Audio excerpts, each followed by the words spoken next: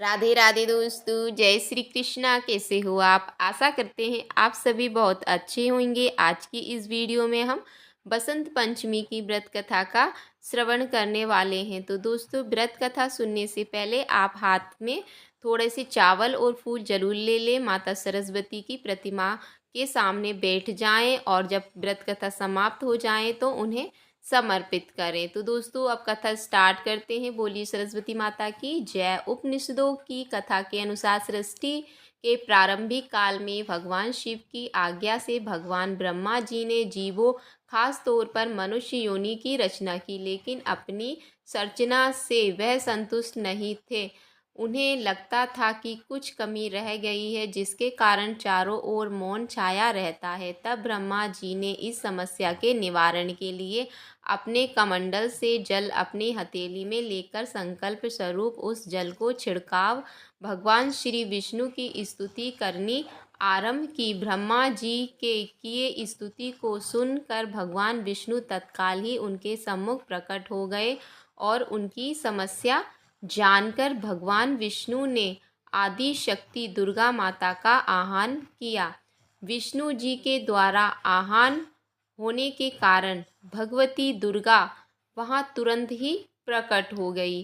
तब ब्रह्मा एक एवं विष्णु जी ने उन्हें इस संकट को दूर करने का यानी कि निवेदन किया। ब्रह्मा जी तथा विष्णु जी बातों को सुनने के बाद उसी क्षण आदिशक्ति दुर्गा माता के शरीर में श्वेत रंग का एक भारी तेज उत्पन्न हुआ, जो एक दिव्य नारी के रूप में बदल गया। यह स्वरूप एक चतुर्भुजी सुंदर स्त्री का था, जिसके एक हाथ में वीणा तथा दूसरा हाथ में वर मुद्रा में अन्य दोनों हाथों में पुस्तक एवं माला थी। आदिशक्ति श्री दुर्गा के शरीर से उत्पन्न तेज से प्रकट होते ही उन देवी ने वीणा का मधुर नाद किया, जिससे संसार के समस्त जीव जंतुओं को वाणी प्राप्त हो गई। जलधारा में कोलाहल व्याप्त हो गया, पवन चलने लगी, सरसराहट होने लगी। तब ही सभी देवी देवताओं ने शब्द और रस का संचार कर लेने वाली उन देवी को वाणी की अधिष्ठात्री कहा गया, देवी सरस्वती कहा गया। फिर आदिशक्ति भगवती दुर्गा ने ब्रह्मा जी से कहा कि मेरे तेज से उत्पन्न हुई ये देवी सरस्वती आपकी पत्नी बनेगी। जैसे लक्ष्मी जी विष्णु जी की शक्ति है, पार्वती महादेव शिव की शक्ति है, उसी प्रकार से सरस्वती देवी आपकी शक्ति होगी। ऐसा कहकर आदिशक्ति श्री दुर्गा सब देवताओं से देखते देखते वहीं अंतर्धान हो गई। यानी कि इसके बाद सभी देवी देवताओं की सृष्टि के संचालन में लग गए। चौथे नंबर पर सरस्वती को बागीश्वरी, भगवती, शारदा, वीणा वादिनी और वाग्य देवी सहित अनेक नामों से पूजा जाता है। ये विद्या और बुद्धि प्रदाता है। संगीत की उत्पत्ति करने के कारण ये संगीत की देवी भी है। बसंत पंचमी के दिन यानी कि इसका प्रकट दिन होता है, प्रकट स्वरूप भी मानते हैं। ऋषि देव ने भगवती सरस्वती का वर्णन करते हुए यानी कि कहा है कि प्राणो देवी सरस्वती वाजे यानी भिव जीविनी वती धीना मणि त्रिपुर, अर्थात ये परम चेतना है सरस्वती के रूप में। ये हमारी बुद्धि, प्रज्ञा तथा मनोवृत्ति की संरक्षिका है।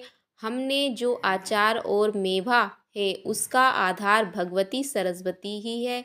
इनकी समृद्धि और स्वरूप का वैभव अद्भुत है। पुराणों के अनुसार श्री कृष्ण ने सरस्वती से प्रसन्न होकर उन्हें वरदान दिया कि बसंत पंचमी के दिन तुम्हारी भी आराधना की जाएगी, और तभी से इस यानी वरदान के फलस्वरूप भारत में भी बसंत पंचमी के दिन विद्या की देवी माता सरस्वती की पूजा की जाती है।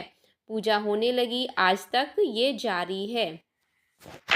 इस तरह बसंत पंचमी की कथा समाप्त होती है। आपने जो हाथ में चावल और पुष्प लिए थे, माता सरस्वती की प्रतिमा के सामने छोड़ दे और माता यानी कि माता सरस्वती की आरती करें, हवन करें, पूजा पाठ करें। इस तरह आपको व्रत करना है। ध्यान रहे, व्रत आप यानी कि पूजा तक आप व्रत कर सकते हो। पूरा दिन करना चाहे तो पूरा दिन भी कर सकते हो और अपने बच्चों के साथ पूजा पाठ करें इस दिन, क्या क्योंकि विद्या की देवी है और हमारी वाणी की देवी भी है।